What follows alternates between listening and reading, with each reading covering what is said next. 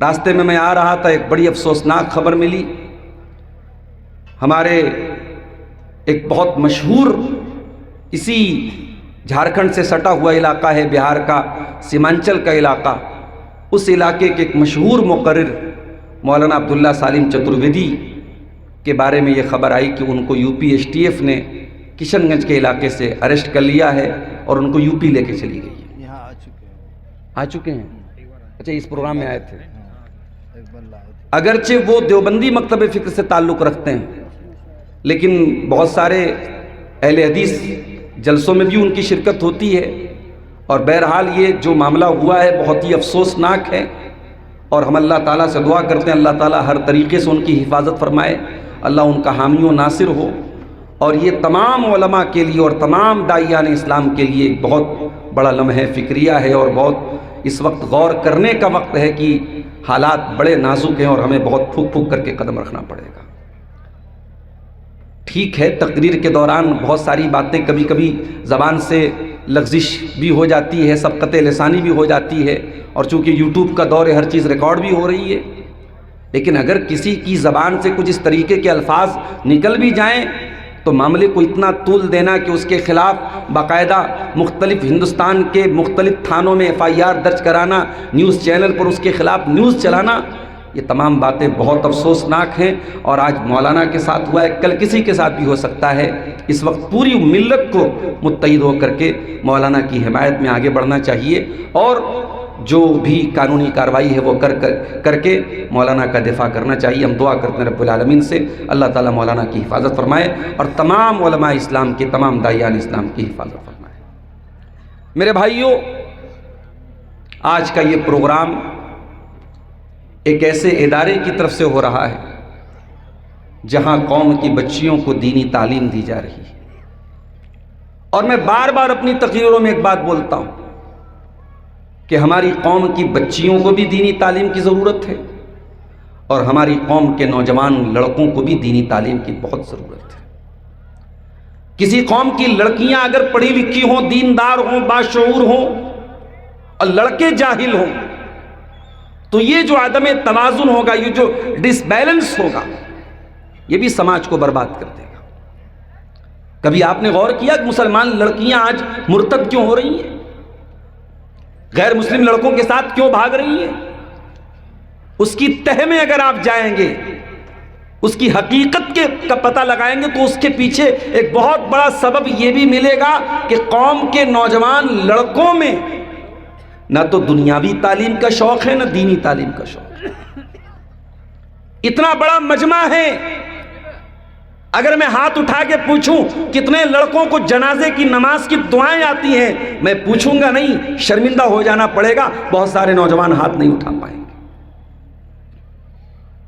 بڑی موٹی موٹی باتیں توحید کی، عقیدے کی میرے پیارے ساتھیوں ہمارے نوجوانوں کو نہیں معلوم ہے. ان سے یہ پوچھ لیجئے صاحب، ایران اور اسرائیل کی جنگ ہو رہی ہے تو ہمیں کس کا ساتھ دینا چاہیے، اور ٹرمپ کے بارے میں ہمیں کیا بولنا چاہیے، اور محمد بن سلمان کے بارے میں کیا بولنا چاہیے، یہ ساری باتیں ان کو معلوم ہے. دنیا کی ساری پالیٹکس کے بارے میں آپ کو معلوم ہو، اور دین کی بیسک باتیں بھی نہ معلوم ہو، اس سے بڑھ کے افسوس کی بات کیا ہو سکتی ہے میرے ساتھی. امام احمد بن حنبل کے پاس ایک آدمی آیا، اس نے کہا امام صاحب یہ بتائیے کیا چونے کے پانی سے وضو کر سکتا ہوں؟ امام صاحب نے کہا میں مناسب نہیں سمجھتا. پھر اس نے کہا، کسی سبزی کا نام لیا کہ اس سبزی کے پانی سے یا اس کے رس سے کیا میں وضو کر سکتا ہوں؟ امام احمد بن حنبل نے کہا میں مناسب نہیں سمجھتا. اس کے بعد وہ آدمی مسجد سے جانے لگا. امام احمد نے بلایا، ادھر آؤ، کیا تمہیں مسجد سے نکلنے کی دعا معلوم ہے؟ اس نے کہا نہیں، مسجد سے نکلنے کی دعا معلوم نہیں ہے. کہا جاؤ پہلے اس کو سیکھ کر کے آؤ. تمہیں مسجد سے نکلنے کی دعا تک معلوم نہیں ہے اور تم مسئلہ کیا پوچھ رہے ہو کہ کیا چونے کے پانی سے وضو کیا جا سکتا ہے یا نہیں؟ تم فضول قسم کے مسائل میں الجھے ہوئے ہو. تم ایک بہت موٹی بات، تمہیں مسجد سے نکلنے کی دعا تک تمہیں معلوم نہیں ہے. وہ حال آج ہمارے نوجوانوں کا ہو گیا ہے. اور مجھے حافظ اشرف صاحب نے بتایا کہ اس مدرسے میں اس سال سے لڑکوں کے لیے بھی حفظ کا شعبہ کھلنے جا رہا ہے، بچوں کے لیے بھی دینی تعلیم کا شعبہ کھلنے جا رہا ہے۔ میں اس مجلہ ڈی کے تمام اپنے بھائیوں اور بزرگوں سے کہوں گا کہ آپ اس کوشش کی حوصلہ افزائی کیجئے اور لڑکیوں کے ساتھ ساتھ لڑکوں کی تعلیم اور خاص طور سے دینی تعلیم، آپ یقین کریں میرے بھائیوں، آج ہمارے لڑکے، ہماری لڑکیاں اور ہمارے لڑکے یہ سو کالڈ جو جدید اور ماڈرن قسم کے اسکول اور ادارے ہیں وہاں پڑھ کر کے ایسے دین سے دور ہو رہے ہیں کہ آپ سوچ بھی نہیں سکتے۔ حالات اتنے بدتر ہو چکے ہیں کہ ابھی 2 دن پہلے میرے پاس ایک فون آیا، ایک معاملہ میرے پاس آیا کہ ایک باپ اپنی ہی سگی بیٹی کے ساتھ، جوان بیٹی کے ساتھ غلط کام کر رہا ہے اور بیوی جب منع کر رہی تو بیوی کو مار رہا ہے۔ دنیا میں ایک عورت، ایک لڑکی اگر سب سے زیادہ کسی پر بھروسہ کرتی ہے تو اپنے باپ پر کرتی ہے۔ یہ سب سے پاکیزہ رشتہ ہوتا ہے، بھائی اور بہن سے بھی پاکیزہ رشتہ باپ اور بیٹی کا ہوتا ہے۔ اللہ اکبر، ہم ایسے دور میں آ گئے کہ باپ بیٹی کا رشتہ بھی تار تار ہو جائے اور بیٹی کے گریبان تک باپ کے ہاتھ پہنچ جائے۔ واللہ جب اس عورت نے مجھے یہ واقعہ بتایا وہ رو رہی تھی اور میرا دل خون کے آنسو رو رہا تھا کہ وہ آدمی میرے سامنے آ جائے تو میں کیا اس کا انجام کیا کروں۔ آج ہم اس لیول پر پہنچ گئے میرے بھائیوں، انسان کا شیطان اتنا مضبوط ہو چکا ہے، انسان کے اندر جنسی خواہشات کو اتنا بھر دیا گیا ہے موبائل کے ذریعے، سوشل میڈیا کے ذریعے، انٹرنیٹ کے ذریعے کہ انسان بالکل شیطان بن چکا ہے، اور باپ اور بیٹی اور بہو اور سسر یہ سارے رشتے آج تار تار ہوتے چلے جا رہے ہیں۔ میرے پیارے ساتھیوں، فتنوں کے اس دور میں اگر کوئی چیز آپ کو بچا سکتی ہے تو اللہ کا تقویٰ اور اللہ کا ڈر بچا سکتا ہے۔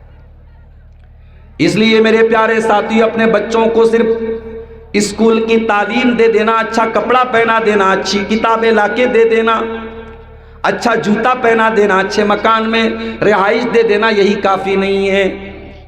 اپنے بچوں کی آخرت کی بھی فکر کرو میرے بھائیوں، اپنے بچوں کی تربیت پر بھی توجہ دو۔ یہ دیکھو کہ آپ کا بچہ کون سے راستے پہ جا رہا ہے۔ حضرت زکریا علیہ السلام کا واقعہ ذرا قرآن میں اٹھا کر کے دیکھو۔ حضرت زکریا علیہ السلام حضرت مریم کی پرورش کر رہے تھے، ان کے گارجین تھے، اور مریم مسجد کے اندر رہا کرتی تھی، اور زکریا علیہ السلام جب باہر سے مسجد میں آتے تھے، قرآن کہتا ہے کلما دخل علیہا زکریا المحراب وجد عندہا رزقا۔ جب جب حضرت زکریا علیہ السلام محراب میں آتے تھے، مسجد میں آتے تھے، کیا دیکھتے تھے؟ مریم کے پاس بے موسم کا پھل رکھا ہوا ہے۔ قال یا مریم انا لک ھذا، پوچھتے تھے اے مریم یہ پھل تیرے پاس کہاں سے آیا؟ قالت هو من عند اللہ، مریم جواب دیتی تھی خالو جان یہ پھل اللہ تعالیٰ کی طرف سے آیا ہے۔ ان اللہ یرزق من یشاء بغیر حساب، اللہ جس کو چاہتا ہے بے حساب روزی دیتا ہے۔ پتہ یہ چلا جوان بیٹی کے پاس آپ نے موبائل نہیں دلایا اور بہترین قسم کا موبائل فون آ گیا تو باپ کی ذمہ داری یہ پوچھے بیٹی تیرے پاس یہ موبائل کہاں سے آیا؟ میں نے تیرے نمبر پہ ریچارج نہیں کرایا، یہ ریچارج تیرے نمبر پہ کس نے کرا دیا؟ تیرے والد میں یہ پیسے کہاں سے آ گئے؟ میں نے تو تجھ کو پیسے نہ دیے تھے۔ بیٹی تیرے اسکول کی چھٹی تو 2 بجے ہوتی ہے، تو 4 بجے کیوں آ رہی ہے؟ یہ پوچھنا ایک ماں کی ذمہ داری، ایک باپ کی ذمہ داری ہے میرے پیارے ساتھی۔ اسی قرآن میں آپ تربیت کا ایک اور نمونہ دیکھیے۔ حضرت اسماعیل علیہ السلام جو اپنے باپ کے سائے کے بغیر جن کی پرورش ہو رہی ہے، ابراہیم علیہ السلام اپنے اس بیٹے کو ماں کے پاس چھوڑ کے چلے گئے، اور یہ بیٹا اپنی ماں کی پرورش میں، اپنی ماں کی گود میں پرورش پاتا ہے۔ قرآن کہتا ہے فَلَمَّا بَلَغَ مَعَهُ السَّعْيَ، جب یہ بیٹا اپنے باپ کے ساتھ دوڑنے کے قابل ہو گیا، جب یہ بیٹا جوان ہو گیا، ابراہیم علیہ السلام اپنے بیٹے سے آ کے کہتے ہیں یا بنی انی ارا فی المنام انی اذبحک فانظر ماذا تری، اے میرے بچے میں نے خواب میں دیکھا ہے کہ میں تجھ کو ذبح کر رہا ہوں، اے میرے بیٹے تو بتا تیری کیا رائے ہے؟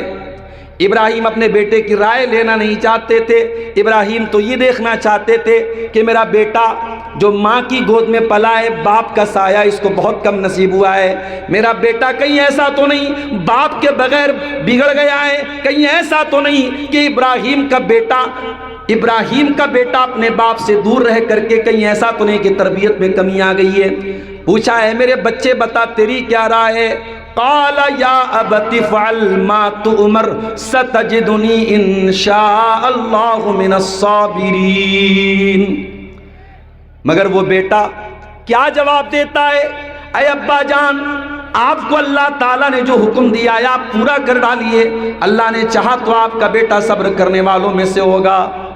او لوگو، یہ کون سا بیٹا ہے جو باپ سے دور رہ کر کے بھی نہیں بگڑ پایا، جو باپ کے سائے سے دور رہ کر کے بھی اتنا نیک اور فرما بردار ہے کہ باپ تو گردن پہ چھری چلانے کی بات کر رہا ہے لیکن بیٹا اپنی گردن کو کٹوانے کے لیے تیار ہے۔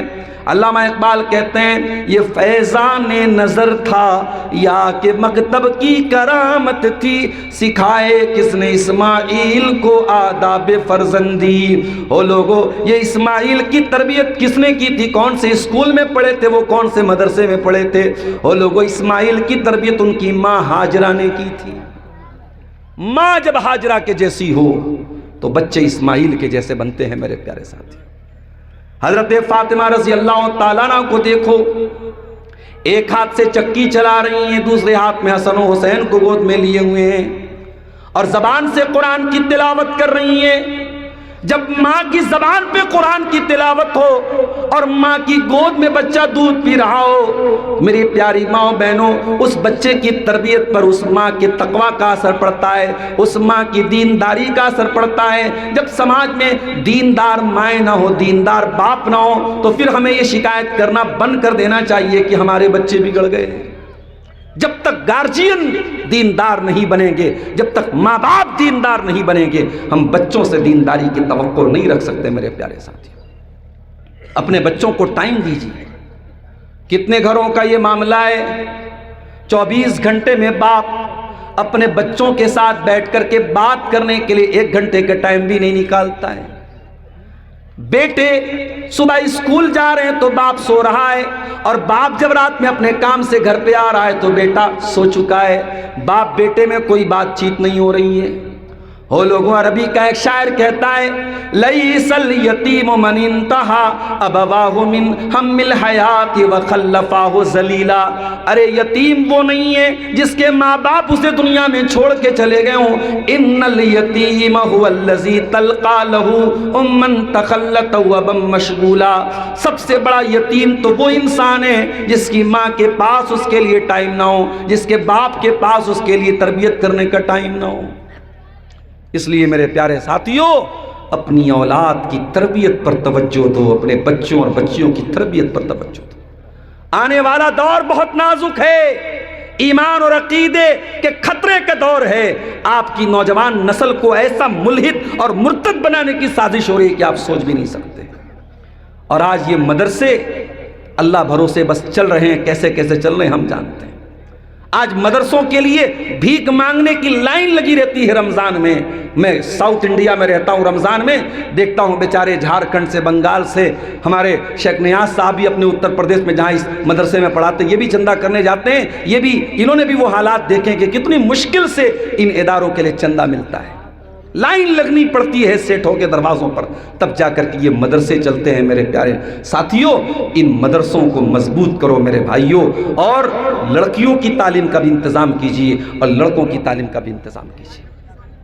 ایک مسئلہ میرے سامنے اور بھی آیا ہے، اور میں اس مسئلے کو بھی بہت کھول کر کے بیان کرنا چاہتا ہوں، کیونکہ آپ کے جھارکھنڈ کے علاقے میں نے اس بات کو محسوس کیا ہے کہ عیدین کی نماز میں عام طور سے عورتوں کا انتظام نہیں ہوتا ہے۔ ہم تو اتر پردیش میں بنارس میں ہمارے یہاں بہت بڑی عیدگاہ ہے، اور ایک زمانے سے وہ عیدگاہ ہے، اور باقاعدہ پورے پردے کا انتظام رہتا ہے، اور عورتیں پوری شان سے آتی ہیں اور عید کی نماز پڑھتی ہیں۔ مگر آپ کے اس پورے جھارکھنڈ میں، خاص طور سے یہ سنتھال پرگنہ کا جو علاقہ ہے، میں یہاں دیکھتا ہوں صاحب، عورتوں کی عید کی نماز کا عام طور سے انتظام نہیں ہوتا۔ شروعات کر دی ہے شیخ اس سال۔ وہی میں بات بتانے جا رہا ہوں کہ ابھی مجھے معلوم ہوا کہ اس سال سے اس عیدگاہ میں عورتوں کی شروعات ہوئی ہے، اور اس پر بھی کچھ لوگ انگلی اٹھا رہے ہیں کہ یہ نیا کام کہاں سے آ گیا۔ یہ کوئی نیا کام نہیں ہے میرے پیارے ساتھیوں، یہ پرانا کام ہے، یہ سنت کا کام ہے، یہ شریعت کا کام ہے، یہ رسول کا کام ہے۔ اس سے پہلے مسجدوں میں عورتیں نماز پڑھتی تھی، وہاں اور میں بار بار ایک بات بولتا ہوں کہ یہ جو مسجدوں میں عورتوں کی نماز ہو رہی ہے، مجھے معاف کیجئے گا، میں یہ نہیں کہتا کہ ناجائز ہو رہی ہے، مگر اس کا کوئی ثبوت نہیں ملتا ہے۔ بعض عورتیں گھروں میں عید کی نماز پڑھتی ہیں، اس کا ثبوت نہیں ملتا ہے۔ عید کی نماز اللہ کے پیارے نبی ہمیشہ عیدگاہ پڑھاتے تھے، ہاں بارش ہو جاتی تھی مجبوری میں تب آپ مسجد میں پڑھاتے تھے، عیدگاہ میں پڑھاتے تھے آپ، اور عورتوں کو بھی آپ نے عیدگاہ لے جانے کا حکم دیا ہے۔ اس لیے اس طریقے کا اگر کام ہو رہا ہے تو ہمیں اس کی حوصلہ افزائی کرنا چاہیے، اس پر ٹانگ نہیں کھینچنی چاہیے اور اس پر اعتراض نہیں کرنا چاہیے میرے پیارے ساتھی۔ اور عید کی خوشی میں جس طریقے سے مردوں کو عید کی خوشی بغیر عید کی 2 رکعت نماز پڑھے ہمیں عید کی خوشی نصیب نہیں ہوتی ہے، اسی طریقے سے عورتوں کو بھی عید کی 2 رکعت نماز ضرور ملنی چاہیے۔ یہاں تک کہ اللہ کے نبی نے فرمایا اگر کوئی عورت پیریڈ سے حیض کی حالت میں، اس کو بھی عیدگاہ لے کے جاؤ، وہ نماز سے دور رہے گی، وَلْيَشْهَدْنَ دَعْوَةَ الْمُسْلِمِينَ، وہ نماز سے تو دور رہے گی مگر خطبے میں جب امام صاحب دعائیں کریں گے کم سے کم دعاؤں میں وہ عورت بھی تو شامل رہے گی۔ اس سال میں 2 بڑے بڑے اجتماع ہوتے ہیں مسلمانوں کے عید کے موقع پر، ان دونوں موقعوں پر جو دعائیں ہوتی ہیں وہ دعائیں بھی بڑی اہم ہوتی ہیں، کم سے کم ان دعاؤں کے اندر تو تمہاری عورتیں شامل ہو جائیں۔ اس لیے میرے پیارے بھائیوں، اس عید کی خوشی میں اپنی عورتوں کو شامل کیجئے اور ضرور عیدگاہ میں ان کے لیے انتظام کیجئے، اور جہاں عیدگاہ چھوٹی ہے اور مردوں ہی سے عیدگاہ بھر جا رہی ہے وہاں 2 جماعتیں بھی کی جا سکتی ہیں، اور دوسری جماعت میں کچھ مردوں کو شامل کر کے باقی عورتوں کو شامل کر کے نماز پڑھی جا سکتی ہے۔ بہرحال عیدین کی نماز میں عورتوں کو ضرور لے کے آنا چاہیے میرے پیارے ساتھی۔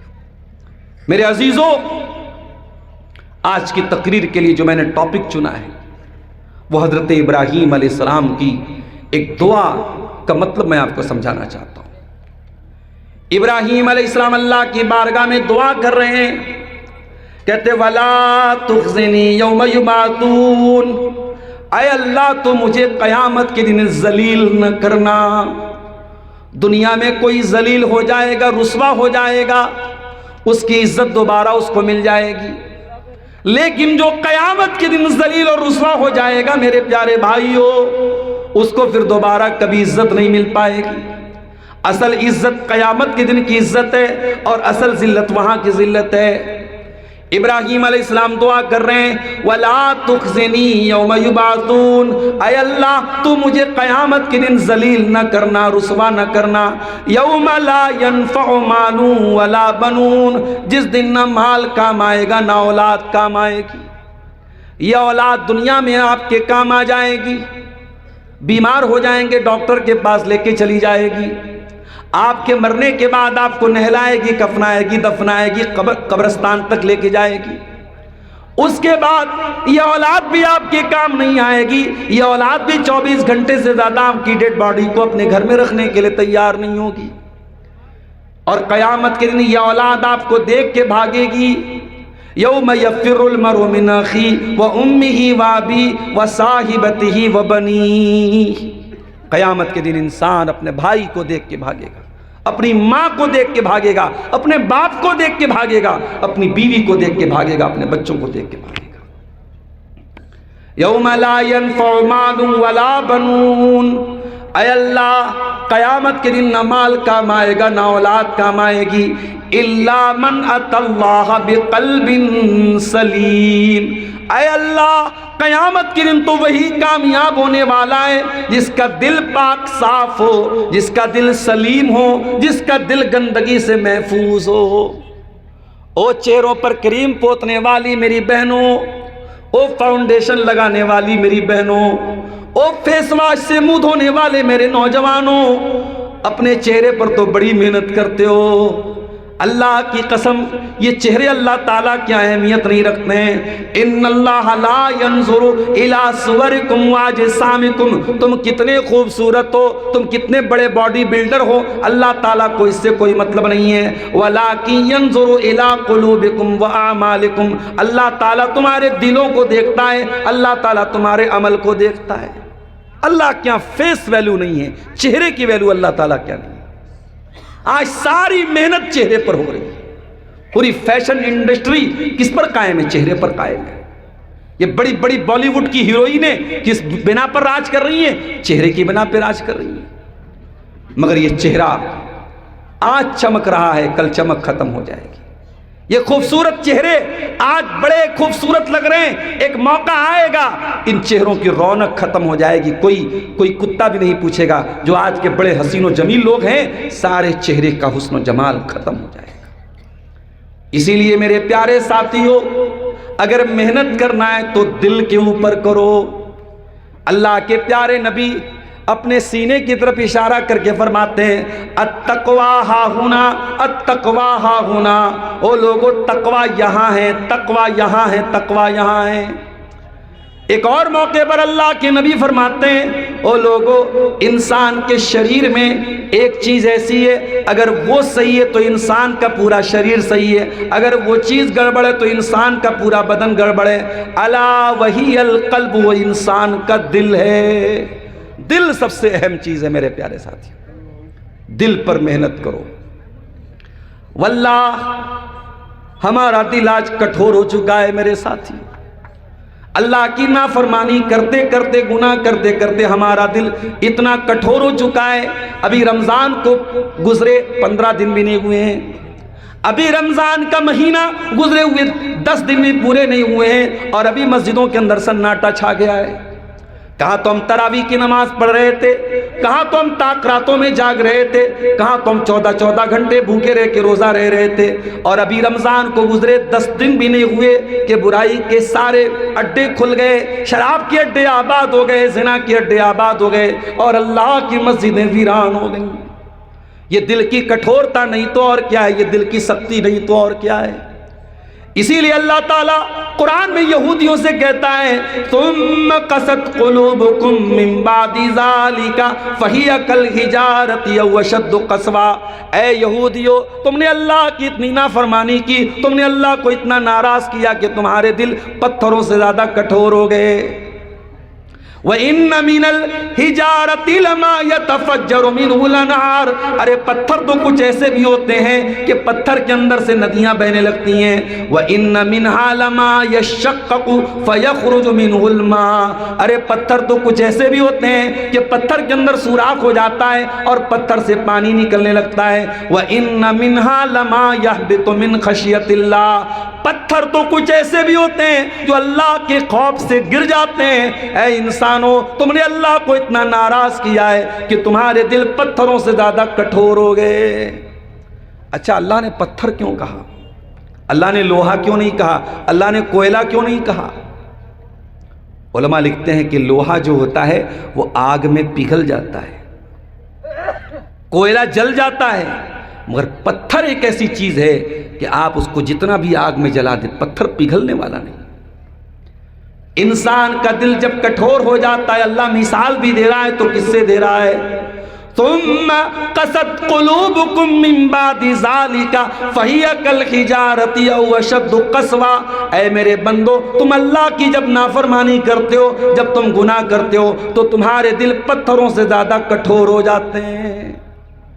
اور جانتے ہو جب انسان کا دل کٹھور ہو جاتا ہے تو کورونا کی جیسی بیماری بھی اس کو بدل نہیں پاتی۔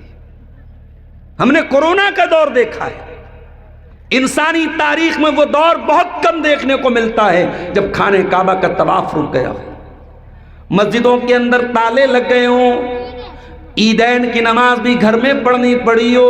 یہ حالات پورے انسانی اتہاس میں بہت کم دیکھنے کو ملے ہیں۔ وہ حالات بھی ہم نے دیکھے، ہمارے بنارس میں غیر مسلم مر جاتے تھے، ان کی لاشیں لوگ چھوڑ کے بھاگ جاتے تھے، اور مسلمان بہت سارے جا کے ان لاشوں کو دریا کے کنارے آگ لگاتے تھے۔ یہ حالات تھے کہ باپ مر گیا ہے، بیٹا اپنے باپ کا انتم سنسکار کرنے کو تیار نہیں ہے، باپ مر گیا ہے، بیٹا اپنے باپ کی لاش کو چھونے کو تیار نہیں۔ اتنی بڑی بیماری ہم نے دیکھی، اتنا بڑا وائرس ہم نے دیکھا، اتنی بڑی مصیبت ہم نے دیکھی، ہمارے دل کی کٹھورتا میں کوئی کمی نہیں آئی، ہمارے دل کی سختی میں کوئی کمی نہیں آئی۔ وَلَقَدْ أَرْسَلْنَا إِلَىٰ أُمَمٍ مِّن قَبْلِكَ فَأَخَذْنَاهُمْ بِالْبَأْسَاءِ وَالضَّرَّاءِ لَعَلَّهُمْ يَتَضَرَّعُونَ۔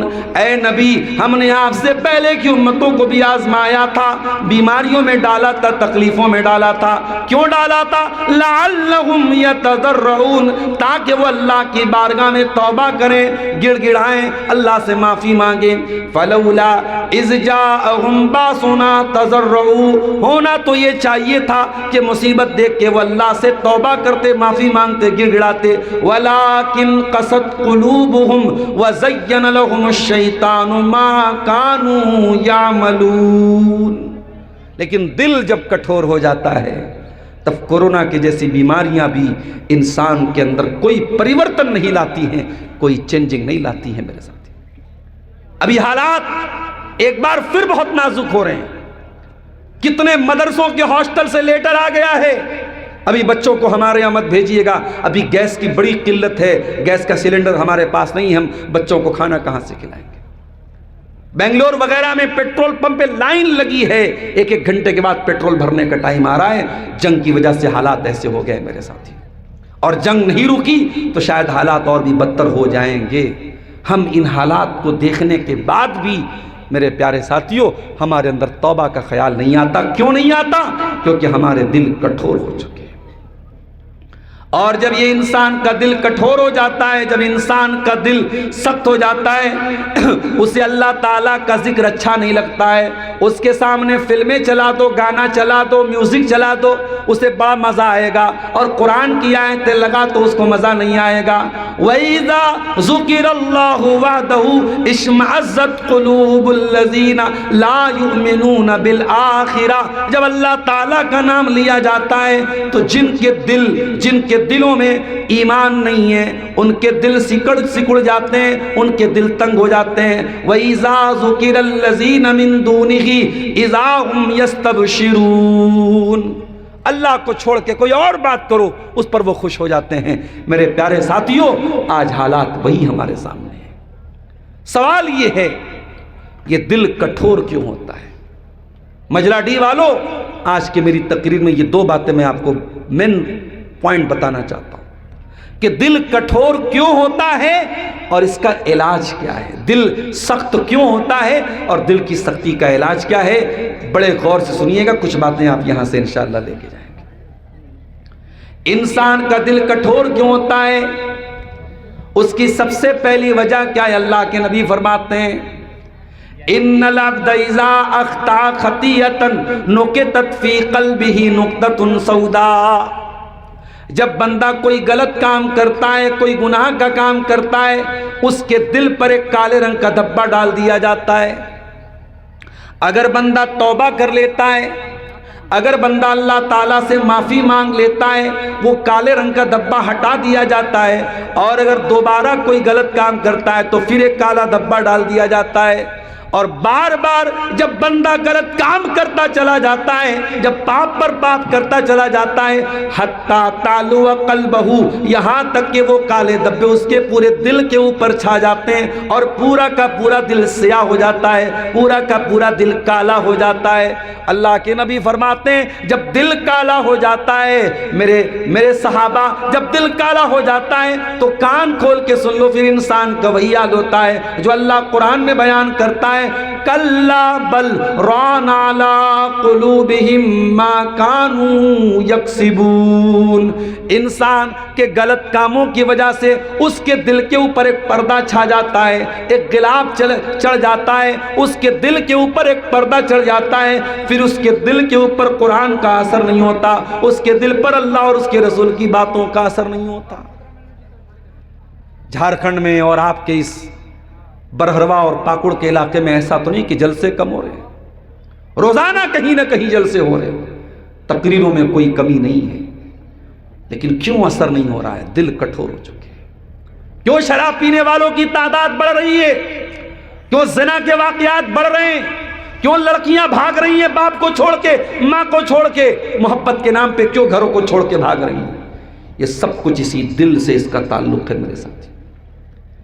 انسان جب گناہ پر گناہ کرتا چلا جاتا ہے اس کا دل کالا ہو جاتا ہے، یہ پہلی وجہ ہے انسان کے دل کے سخت ہونے کی۔ دوسری وجہ انسان کے دل کے کٹھور ہونے کی اور سخت ہونے کی دوسری وجہ، جب انسان گناہ کرنے کے بعد اس کا اعلان کرتا ہے، اس کی پبلسٹی کرتا ہے، ایک تو چوری کرتا ہے اور اس کے بعد سینہ زوری کرتا ہے، گناہ کرنے کے بعد گناہ کا پرچار کرتا ہے، تب بھی انسان کا دل سخت ہو جاتا ہے۔ اللہ کے پیارے نبی فرماتے ہیں کل امتی معافن الا المجاہرین، میری امت کے تمام لوگوں کی معافی ہو سکتی ہے مگر ان لوگوں کی معافی نہیں ہوگی جو کھلم کھلا گناہ کرتے ہیں، جو علل اعلان گناہ کرتے ہیں، جو پبلک پلیس پہ گناہ کرتے ہیں۔ جانتے ہو ایک زمانہ تھا کہ زنا کرنے والا اپنے زنا کو چھپاتا تھا، اور آج حالات یہ ہیں کہ تمام بڑے بڑے شہروں میں کچھ ایسے ہوٹل کھلے ہیں، ان ہوٹلوں کے نام کو دیکھ کے سمجھ میں آ جاتا ہے کہ یہ ہوٹل اسی کام کے لیے بنا ہے، یہاں پہ لوگ زنا آ کے کرتے ہیں، یہ زنا کے اڈے بن چکے ہیں، اور کھلے عام، چاہے وہ آپ کا پاکڑ کا شہر ہو، چاہے آپ کا فرقہ کا علاقہ ہو، چاہے پٹنہ ہو، بھاگلپور ہو، بنارس ہو، لکھنؤ ہو، پورے ہندوستان کے تمام بڑے بڑے شہروں میں اس طریقے کے ہوٹل آج کھل چکے ہیں میرے ساتھ۔ اس سے بڑھ کر کے بدنصیبی کیا ہوگی کہ کھلے عام زنا کیا جا رہا ہے، اور اس سے بھی برے حالات میرے پیارے ساتھیوں قیامت کے پہلے آئیں گے۔ اللہ کے پیارے نبی فرماتے ہیں اس ذات کی قسم جس کے ہاتھ میں میری جان ہے، یہ امت اس وقت تک فنا نہیں ہوگی حتیٰ یہاں تک کہ وہ دور آئے گا انسان ایک عورت کے ساتھ کھلے عام پبلک پلیس پر سب کے سامنے غلط کام کرے گا، سب کے سامنے بدکاری کرے گا، زناکاری کرے گا، اور اس دور کا سب سے نیک انسان وہ ہوگا جو کہے گا لو واریتھا وراء ھذا الحائط، اے اللہ کے بندے کاش کہ تو دیوار کے پیچھے چلا جاتا، کاش کہ تو بند کمرے میں یہ کام کرتا، کاش کہ تو سب کے سامنے یہ غلط حرکت نہ کرتا۔ وہ دور بھی آئے گا میرے ساتھیوں قیامت کے پہلے، اور وہ دور بھی دھیرے دھیرے آ رہا ہے۔ بڑے بڑے سمندر کے کنارے جن کو بیچ کہا جاتا ہے، ان بیچز کی پہچان بن گئی۔ آپ کے انڈیا میں گوا میں آپ چلے جائیں، وہاں ایسے ایسے بیچ موجود ہیں، وہاں پورے مادر ذات عورتیں اور مرد ننگے لیٹے ہوئے ہیں، اور کسی کو کسی سے کوئی مطلب نہیں ہے، اور کسی کو کسی پر کوئی فرق نہیں پڑتا ہے، کوئی ننگا لیٹا ہے تو کسی کو کوئی فرق نہیں پڑتا ہے۔ میرے پیارے ساتھیوں، جب گناہ کرنے کے بعد انسان کے دل سے یہ احساس ختم ہو جائے کہ میں نے گناہ کیا ہے، جب گناہ کرنے کے بعد یہ شرمندگی کا احساس بھی چھن جائے اور گناہ کرنے کے بعد انسان اپنے گناہ کا پرچار کرے، اللہ کے نبی فرماتے ہیں بندہ رات میں کوئی گناہ کرتا ہے اور اللہ تعالیٰ اس کے گناہ پر پردہ ڈال دیتا ہے، لیکن صبح کو وہ انسان اپنے گناہ کا اعلان کرتا ہے اور کہتا عملت البارحۃ کذا و کذا، او لوگو کل رات میں نے ایسا ایسا کام کیا ہے۔ جب وہ اپنے گناہ کا پرچار کرنے لگے تو سمجھ جاؤ کہ اب وہ گناہ کا اعلان کر رہا ہے اور اس کی معافی اللہ تعالیٰ کیا نہیں ہونے والی ہے۔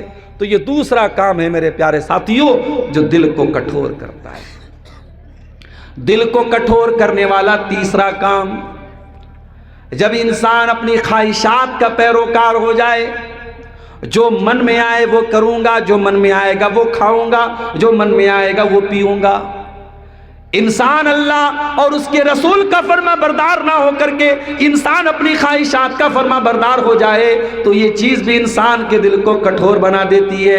وَإِذْ قَالَ مُوسَىٰ لِقَوْمِهِ يَا قَوْمِ لِمَ تُؤْذُونَنِي وَقَدْ تَعْلَمُونَ أَنِّي رَسُولُ اللَّهِ إِلَيْكُمْ، یاد کرو جب موسیٰ علیہ السلام اپنی قوم سے کہہ رہے تھے اے میری قوم کے لوگوں تم مجھے کیوں تکلیف پہنچاتے ہو، تم تو جانتے ہو کہ میں اللہ کا رسول ہوں۔ فَلَمَّا زاغوا ازاغ اللہ قلوبہم، جب موسیٰ علیہ السلام کی قوم کے لوگ اللہ تعالیٰ کے دین سے ہٹ گئے، خواہشات کے پیروکار بن گئے اور اپنے من کی اور اپنی اچھاؤں کے حساب سے چلنے لگے، ازاغ اللہ قلوبہم، تو اللہ تعالیٰ نے ان کے دلوں کو ٹیڑھا بنا دیا، ان کے دلوں کو کٹھور بنا دیا۔ تو دل کی کٹھورتا کی ایک بہت بڑی علامت یہ بھی ہے کہ انسان اپنی خواہشات کی پیروکاری کرے۔ اور یہ بات بھی یاد رکھو، اللہ کے ہاں اگر کامیاب ہونا ہے تو اپنے من کو کنٹرول کرنا پڑے گا۔ اگر آپ اپنی زندگی کا یہ اصول بناتے جو من میں آئے گا وہ کروں گا، تو یہ بربادی کی نشانی ہے، یہ تباہی کی نشانی ہے۔ فَأَمَّا مَنْ خَافَ مَقَامَ رَبِّهِ وَنَهَى النَّفْسَ عَنِ الْهَوَىٰ فَإِنَّ الْجَنَّةَ هِيَ الْمَأْوَىٰ۔ او لوگو جو اللہ تعالیٰ کے سامنے کھڑے ہونے سے ڈر گیا، جس کے دل میں یہ احساس پیدا ہو گیا کل اللہ کے سامنے مجھ کو کھڑے ہونا ہے، اور جو اپنے نفس کی ناجائز خواہشات کو کنٹرول کر لے گیا، فَإِنَّ الْجَنَّةَ هِيَ الْمَأْوَىٰ، اس کا ٹھکانہ جنت ہوگا۔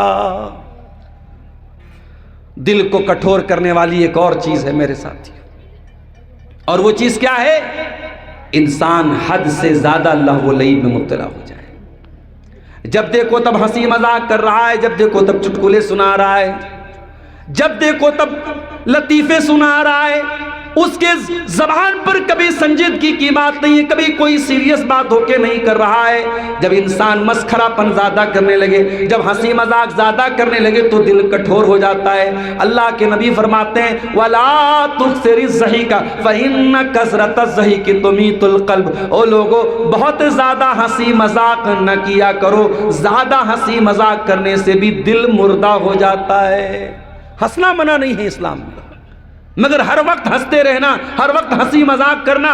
میں بعض لوگوں کو دیکھتا ہوں عمر دراز ہو گئے، 50-60 سال کے ہو گئے، لیکن قبر میں پیر لٹکا ہوا ہے، پھر بھی سیریس نہیں ہے، سنجیدہ نہیں ہے، نہ ان کی زبان سے کبھی دین کی کوئی بات نکلتی ہے، ہمیشہ وہ چٹکلے بازی اور لطیفے بازی کرتے رہتے ہیں۔ یاد رکھو میرے پیارے ساتھیوں، یہ بھی انسان کے دل کو کٹھور کر دیتی ہے یہ چیز۔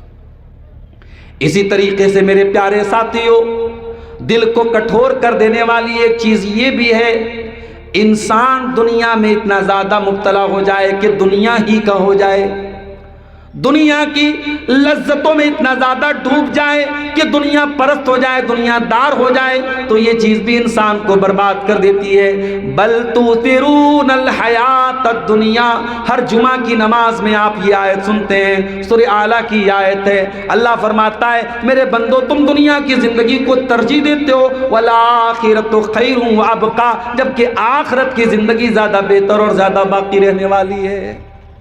عبد الرحمن بن عوف کو دیکھو، کروڑ پتی صحابی ہیں، پیسے کی کمی نہیں ہے، دولت کی کمی نہیں ہے، رمضان کا مہینہ ہے، دسترخوان لگا ہوا ہے۔ عبد الرحمن بن عوف کروڑ پتی آدمی ہیں اور دسترخوان پہ طرح طرح کی کھانے کی چیزیں رکھی ہوئی ہیں۔ عبد الرحمن بن عوف اپنے دسترخوان پر ایک نظر ڈالتے ہیں، افطار کا ٹائم ہونے والا ہے، روزہ کھولنے کا ٹائم ہو رہا ہے۔ ایک بار دسترخوان کو دیکھتے ہیں، ان کو جنگ احد کا ایک منظر یاد آ جاتا ہے۔ اللہ کے نبی کے ایک صحابی جن کا نام مصعب بن عمیر تھا اور بڑے لمبے تڑنگے صحابی تھے، جب وہ جنگ احد میں شہید ہو جاتے ہیں اور ان کو کفنایا جانے لگتا ہے تو کفن کی چادر چھوٹی پڑ جاتی ہے، ان کے سر کو ڈھانپا جاتا ہے تو پیر کھل جاتا ہے، اور پیر کو ڈھانپا جاتا ہے تو سر کھل جاتا ہے۔ بڑی مشکل سے حضرت مصعب بن عمیر کے سر کو ڈھانکا گیا اور پیر کے اوپر اسکر گھاس ڈال کے ان کو کفنایا گیا۔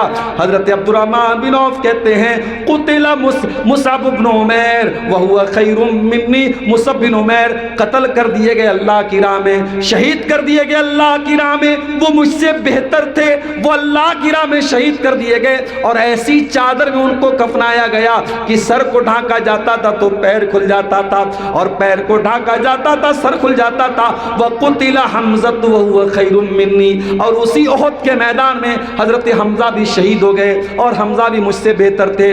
ثم اجلت لنا حسناتنا، اور پھر اللہ تعالیٰ نے ہم لوگوں کو دنیا میں دولت سے نواز دیا اور ہماری نیکیوں کا پھل ہم کو دنیا میں مل گیا. یہ طرح طرح کی کھانے کی چیز ہم کو دنیا میں مل گئی، ہم کو آخرت میں شاید یہ نعمتیں نہیں ملیں گی. اتنا کہنے کے بعد عبد الرحمن بن عوف زارو قطار رونے لگے. اتنا روئے کہ دسترخوان سے اٹھ کر کے چلے گئے، اور ایک سامان بھی انہوں نے اپنے منہ میں نہیں ڈالا. ایک سامان بھی انہوں نے اپنے منہ میں نہیں ڈالا. دسترخوان سے اسی طریقے سے بھوکے پیاسے چلے گئے. او لوگوں، آج تمہیں بھی اللہ تعالیٰ نے بہت ساری نعمتوں سے نوازا ہے. آج جھارکھنڈ جیسی سرزمین کو اللہ تعالیٰ نے بہت ساری قدرتی چیزوں سے نوازا ہے. میرے پیارے بھائیوں، ان نعمتوں پر اللہ تعالیٰ کا شکریہ ادا کرو. آج میں لال مٹیا کے علاقے میں بھی جاتا ہوں جہاں مائنز کا علاقہ ہے.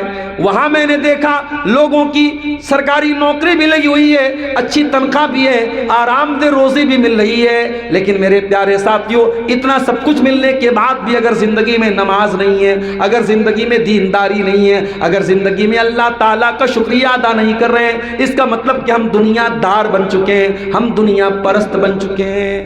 میرے پیارے ساتھیوں، اس دنیا کی مثال ایسی ہے جیسے پانی کے اندر کشتی چل رہی ہے. جب تک کشتی پانی کے اوپر چل رہی ہے، کشتی پانی میں چلے گی اور آپ کا سفر طے ہوگا. اور جس دن پانی کشتی کے اندر آ جائے گا، کشتی ڈوب جائے گی. دنیا بھی میرے پیارے ساتھیوں پانی ہے، اور ہماری اور آپ کی زندگی کشتی ہے.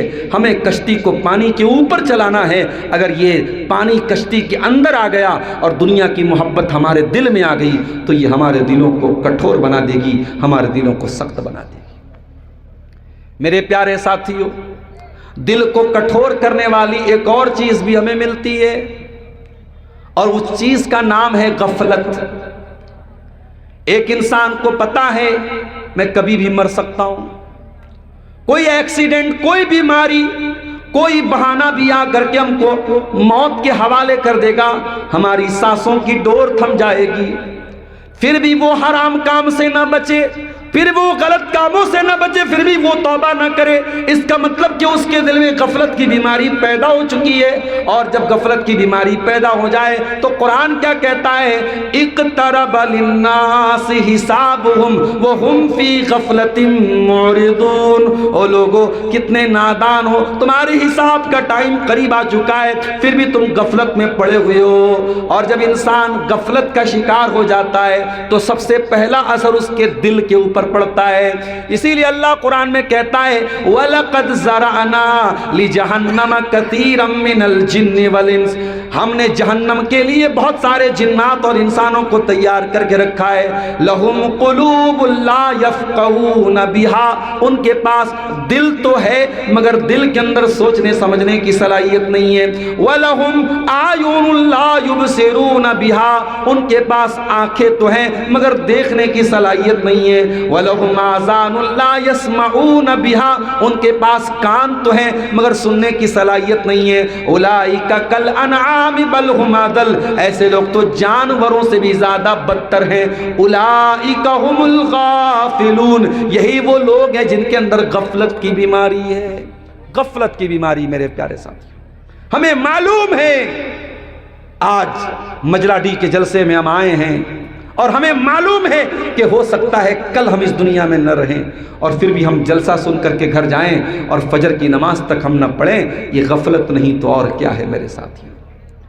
14 گھنٹے بھوکے رہ کر کے روزہ رکھنے کے بعد، 1 مہینہ محنت کرنے کے بعد ہم مسجد کا راستہ بھول جائیں، ہم قرآن کی تلاوت چھوڑ دیں، ہم اللہ کا نام لینا چھوڑ دیں. یہ غفلت نہیں تو اور کیا ہے. اولئک کالانعام. یہ جانوروں سے بھی بدتر لوگوں کی علامت ہے. یہ غفلت کی بیماری جب پیدا ہوتی ہے دل کو کٹھور بنا دیتی ہے میرے ساتھیوں.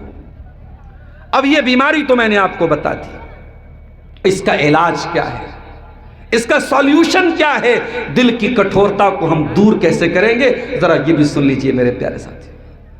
دل کی کٹھورتا کو دور کرنا ہے تو پہلا کام کیا کرنا پڑے گا؟ اللہ تعالیٰ کا ذکر کرنا ہوگا.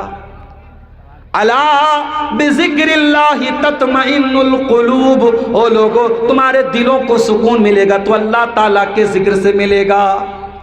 او میوزک اور گانوں میں سکون تلاش کرنے والوں، او سگریٹ کے دھوئیں میں سکون تلاش کرنے والوں، او شراب کے گلاس میں سکون تلاش کرنے والوں، اللہ کی قسم یہ تمام چیزیں تمہارے دل کو سکون نہیں پہنچائیں گی، تمہیں اور زیادہ بے چین کر دیں گی۔ او لوگوں، اگر سکون چاہیے تو اللہ تعالیٰ کا ذکر کرنے والے بن جاؤ، اللہ کو یاد کرنے والے بن جاؤ، اللہ کا ذکر اپنی زندگی میں شامل کر لو۔ کچھ نہیں کرنا ہے، کھانا کھانے بیٹھو، بسم اللہ پڑھ کے کھانا شروع کرو، کھانا کھانے کے بعد الحمدللہ پڑھ لیا کرو، گھر کے باہر نکلا کرو بسم اللہ توکلت علی اللہ لا حول ولا قوت الا باللہ پڑھ لیا کرو، باتھ روم میں جاؤ اللہم انی اعوذ بک من الخبث والخبائث پڑھ لیا کرو، باتھ روم سے نکل کر کے غفرانک پڑھ لیا کرو، بستر پہ سونے جاؤ اللہم بسمک اموت واحیا پڑھ لیا کرو، بستر سے سو کے اٹھو الحمدللہ الذی احیانا بعد ما اماتنا والیہ النشور پڑھ لیا کرو۔ یہ چھوٹی چھوٹی دعائیں جو اللہ کے پیارے نبی نے ہم کو سکھائی ہیں، اگر ان دعاؤں کو بھی میرے پیارے ساتھیوں اپنی زندگی میں معمول بنا لو، میرے پیارے بھائیوں، آپ کی زندگی میں اللہ کا ذکر آ جائے گا۔ آج جھارکھنڈ کے علاقے میں بھی میں دیکھتا ہوں ماشاءاللہ مکان بڑے شاندار بن رہے ہیں۔ اب جو نئے مکان بن رہے ہیں ٹائلز بھی لگ رہے ہیں اور ماربل بھی بچھ رہا ہے اور بہترین پینٹ بھی لگ رہا ہے۔ او لوگوں، کان کھول کے سن لو، اپنے مکان میں تم لاکھوں کے ٹائلز لگا لو، لاکھوں کے ماربل لگا لو اور دنیا کا سب سے بہترین تم پینٹ کروا لو، لیکن تمہارا مکان اس وقت تک اچھا نہیں ہو سکتا ہے جب تک اس مکان میں اللہ تعالیٰ کا ذکر نہ ہوتا ہو، اس مکان میں اللہ تعالیٰ کا نام نہ لیا جاتا ہو۔ اللہ کے پیارے نبی فرماتے ہیں مثل البیت الذی یذکر اللہ فیہ والبیت الذی لا یذکر اللہ فیہ مثل الحی والمیت۔ جس گھر میں اللہ تعالیٰ کا نام لیا جاتا ہے وہ گھر زندہ ہے، اور جس گھر میں اللہ تعالیٰ کا نام نہیں لیا جاتا وہ گھر مردہ ہے۔ آج افسوس کی بات ہے کہ آج ہمارے گھروں سے وہ عورتیں چلی گئیں جو صبح مصلی پر بیٹھ کر کے اللہ اللہ کیا کرتی تھیں، جو قرآن پڑھا کرتی تھیں، وہ دور چلا گیا میرے پیارے ساتھیوں۔ اب تو موبائل دیکھ کر کے بابو کھانا کھاتا ہے اور موبائل دیکھ کر کے مائیں رات میں سوتی ہیں۔ آج یہ انسٹاگرام کی ریلز اور یہ فیس بک کے ویڈیوز دیکھ کر کے ہمارا سونا اور جاگنا ہوتا ہے۔ میرے پیارے ساتھیوں، جب تک ہم اللہ تعالیٰ کا ذکر نہیں کریں گے دل کی کٹھورتا دور نہیں ہوگی۔ دل کی سختی کو اگر دور کرنا ہے دوسرا طریقہ سن لو میرے ساتھیوں، فرائض کی پابندی کرنا شروع کر دو۔ میں یہ نہیں کہتا تراویح آپ نے 1 مہینہ پڑھی، تہجد آپ پڑھو، ضروری نہیں ہے تہجد پڑھنا، لیکن کم سے کم 5 ٹائم کی نماز تو جو فرض نماز ہے وہ تو آپ پابندی سے پڑھیے میرے پیارے ساتھیوں۔ اللہ کے نبی فرماتے ہیں کہ اللہ تعالیٰ کہتا ہے میرا بندہ سب سے زیادہ اگر کسی چیز کے ذریعے میرے قریب آتا ہے مما افترضت علیہ، تو فرائض کے ذریعے میرے قریب آتا ہے۔ اس لیے فرائض کے معاملے میں کبھی لاپرواہی مت کرنا میرے ساتھیوں۔ 5 ٹائم کی نماز آپ کے اوپر فرض ہے، یہ 5 ٹائم کی نماز ہر حال میں آپ کو پڑھنا ہے، بیمار ہو جائیں تب بھی پڑھنا ہے، سفر میں چلے جائیں تب بھی پڑھنا ہے، نماز کی پابندی ضرور کرنا میرے پیارے ساتھیوں۔ یہ دوسری چیز ہے جو آپ کے دل کی سختی کو دور کرتی ہے۔ تیسری چیز، دل کی سختی کو اگر دور کرنا ہے تو موت کو یاد کیا کرو، کبھی کبھی قبرستان جایا کرو۔ اللہ کے پیارے نبی اپنے صحابہ کو لے کر کے اپنی ماں کی قبر پہ جاتے ہیں، وہ ماں جس کو اللہ کے نبی نے 6 سال کی عمر میں کھو دیا تھا۔ 6 سال کی عمر میں اللہ کے نبی کی ماں آپ کو چھوڑ کے چلی گئی تھی۔ آپ اپنی ماں کی قبر پہ جاتے ہیں اور ماں کی ممتا کو یاد کرتے ہیں۔ ساری دنیا کو آپ نے ماں کا مقام بتایا لیکن اپنی ماں کے ساتھ حسن سلوک کرنے کا آپ کو موقع نہ مل پایا۔ آپ تو 6 سال کی عمر میں ماں سے محروم ہو گئے تھے۔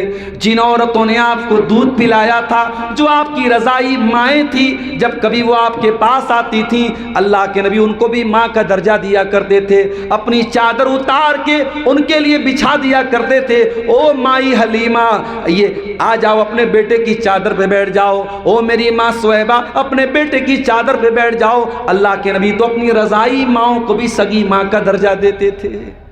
آج اپنی ماں کی قبر پہ اللہ کے پیارے نبی جاتے ہیں اور رونے لگتے ہیں، آنکھوں سے آنسو بہنے لگتے ہیں۔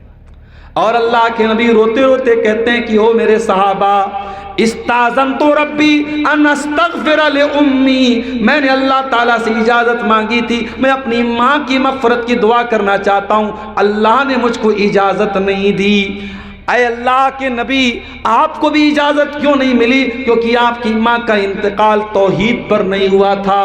ہو لوگو، بڑے خوش نصیب ہو اگر آپ کی ماں دنیا سے توحید پر گئی ہے، کم سے کم اپنی ماں کی مغفرت کی دعا تو کر سکتے ہو۔ اللہ کے نبی اپنی ماں کی مغفرت کی دعا کرنے کی اجازت بھی آپ کو نہیں ملی۔ پھر آپ فرماتے ہیں میں نے اللہ سے اجازت مانگی، اے اللہ میں اپنی ماں کی قبر پر جانا چاہتا ہوں، تو اللہ نے مجھے اپنی ماں کی قبر پہ آنے کی اجازت دی۔ او لوگو، تم بھی قبرستان جایا کرو، تم بھی قبروں کے پاس جایا کرو، کیونکہ قبرستان جانے سے تمہیں موت کی یاد آئے گی، تمہیں آخرت کی یاد آئے گی۔ موت کو جب آپ یاد کریں گے میرے ساتھیوں، آپ کے دل کی کٹھورتا دور ہوگی۔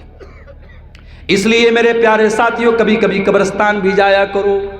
قبرستان جاؤ گے تو احساس ہوگا بڑے بڑے کروڑ پتی اور بڑے بڑے طاقتور آج مٹی کے نیچے دفن ہیں اور اپنے اپنے عمل کا حساب دے رہے ہیں۔ نہ ان کی طاقت قبر میں ان کے کام آ رہی ہے، نہ دولت ان کی قبر میں ان کے کام آ رہی ہے۔ جب موت کو آپ دیکھیں گے میرے پیارے ساتھیوں، تو آپ کو اپنی اوقات پتہ چلے گی، اپنی حیثیت اور اپنا انجام پتہ چلے گا۔ اسی طریقے سے اگر دل کی کٹھورتا کو دور کرنا ہے، ایک اور کام ہم کو کرنا پڑے گا۔ بار بار اللہ تعالیٰ سے توبہ مانگنی ہو، توبہ کرنی ہوگی، استغفار کرنا ہوگا۔ بار بار اللہ سے اپنے گناہوں کی معافی مانگنی پڑے گی۔ وہ جو طاق راتوں میں آپ نے اللہ سے دعائیں مانگی تھی، اللہم انک عفو تحب العفو فاعف عنا، اے اللہ تو معاف کرنے والا ہے، معافی کو پسند کرتا ہے، اے اللہ تو ہم کو بھی معاف کر دے۔ معاف کرنا میرے پیارے ساتھیوں وہ صرف رمضان میں پڑھنے کی دعا نہیں تھی، سال کے باقی 11 مہینے بھی اس دعا کو پڑھتے رہا کرو اور بار بار اللہ تعالیٰ سے توبہ کیا کرو اور بار بار اللہ تعالیٰ سے معافی مانگا کرو۔ اگر موقع ملے رات میں 2 بجے 3 بجے اگر آپ جاگ رہے ہیں، وہ بڑا قبولیت کا وقت ہوتا ہے، بڑا سہانا وقت ہوتا ہے، بڑا برکت والا وقت ہوتا ہے۔ یہ وہ وقت ہوتا ہے جب اللہ تعالیٰ آسمان دنیا پہ نازل ہو کے آواز دیتا ہے، اے میرے بندو تم مجھ سے توبہ کر لو، میں تمہاری توبہ قبول کروں گا۔ رات کے 2 بجے 3 بجے جب بستر پہ سونے کا ٹائم ہے اور آپ کو نیند نہیں آ رہی ہے، اٹھ کر کے وضو کر لو۔ 8 رکعت نہیں پڑھ سکتے 6 پڑھ لو، 6 نہیں پڑھ سکتے 4 پڑھ لو، 4 نہیں پڑھ سکتے کم سے کم 2 رکعت نماز پڑھ لو اور اللہ کے سامنے ہاتھ اٹھا کے جو زبان آپ کو آتی ہے، جو بھاشا آپ کو آتی ہے، جو لینگویج آپ کو آتی ہے، اپنی لینگویج میں اپنی بھاشا میں اللہ کے سامنے اپنا دکھڑا سنا دو میرے بھائیوں، اپنے گناہوں کی معافی مانگ لو۔ اللہ کی قسم یہ آنسو جو اللہ کی راہ میں گریں گے ان سے قیمتی کوئی آنسو نہیں ہے۔ ارے دنیا کے سامنے اگر آنسو گراؤ گے دنیا مذاق اڑائے گی اور اللہ کے سامنے آنسو بہاؤ گے تو اللہ کامیاب کر دے گا۔ اللہ کے نبی فرماتے ہیں لیس شیء احب الی اللہ من قطرتین، 2 قطروں سے زیادہ اللہ تعالیٰ کو کوئی قطرہ پسند نہیں ہے۔ قطرۃ دموع من خشیت اللہ، ایک وہ آنسو کا قطرہ جو اللہ کے خوف سے بہتا ہو، وقطرۃ دم تحراق فی سبیل اللہ، اور ایک وہ خون کا قطرہ جو اللہ کی راہ میں گرتا ہو۔ اس لیے میرے پیارے ساتھیوں اگر دل کی کٹھورتا کو دور کرنا ہے تو اللہ تعالیٰ کی بارگاہ میں سچی توبہ کرو، اس سے معافی مانگو، انشاءاللہ آپ دیکھیں گے کہ دل کی کٹھورتا دور ہو جائے گی۔ اسی طریقے سے اگر دل کی سختی کو دور کرنا ہے، ایک کام اور کرنا پڑے گا۔ آپ کے گھر میں کتاب رکھی ہوئی ہے، اس کتاب کا نام قرآن ہے، اس کو کوئی معمولی کتاب نہ سمجھنا۔ اللہ نزل احسن الحدیث کتابا متشابہا مثانی تقشعر منہ جلود الذین یخشون ربہم۔ او لوگو یہ اللہ کی کتاب ہے، یہ ایسی کتاب ہے کہ اللہ سے ڈرنے والے جو لوگ ہیں ان کے رونگٹے کھڑے ہو جاتے ہیں اس قرآن کو پڑھ کر کے۔ ثم تلین جلودہم وقلوبہم الی ذکر اللہ، ان کے چمڑے نرم ہو جاتے ہیں، ان کے دل نرم ہو جاتے ہیں۔ یہ قرآن وہ کتاب ہے میرے پیارے ساتھیوں، اس کو ڈھنگ سے پڑھو گے تو آپ کا دل نرم ہو جائے گا۔ قرآن پڑھا کرو میرے ساتھی۔ آج ہم کیا کر رہے ہیں؟ رمضان ختم ہو گیا، ہم نے قرآن کو لپیٹ کے رکھ دیا، اور مولوی صاحب سے مسئلہ کیا پوچھ رہے ہیں؟ مولوی صاحب میرے بچے نے قرآن گرا دیا، کیا کفارہ دینا پڑے گا؟ مولوی صاحب قرآن میرے گھر میں الماری پہ رکھا ہے اور میرا بیڈ تھوڑا اونچائی پر ہے، میں قرآن نیچے اور میں اوپر سو رہا ہوں، کہیں قرآن کی بے ادبی تو نہیں ہو رہی ہے؟ وہ لوگوں، قرآن کا بیڈ سے گر جانا، ٹیبل سے گر جانا اتنا بڑا گناہ نہیں ہے جتنا بڑا گناہ قرآن کا آنکھوں سے گر جانا ہے، جتنا بڑا گناہ قرآن کو سال بھر کے لیے پیک کر کے چھوڑ دینا ہے، وہ اتنا بڑا گناہ نہیں ہے قرآن کا ہاتھ سے گر جانا۔ او لوگو، تم قرآن کا احترام تو کرتے ہو، قرآن کی تعظیم تو کرتے ہو، قرآن کی عزت تو کرتے ہو، مگر قرآن کو پڑھنے کو تیار نہیں ہو۔ مولانا نیاز صاحب ہمارے بڑے اچھے دوست ہیں، کبھی کبھی واٹس ایپ پر یہ میسج کرتے ہیں، میں مصروفیت کی وجہ سے نہیں دیکھ پاتا۔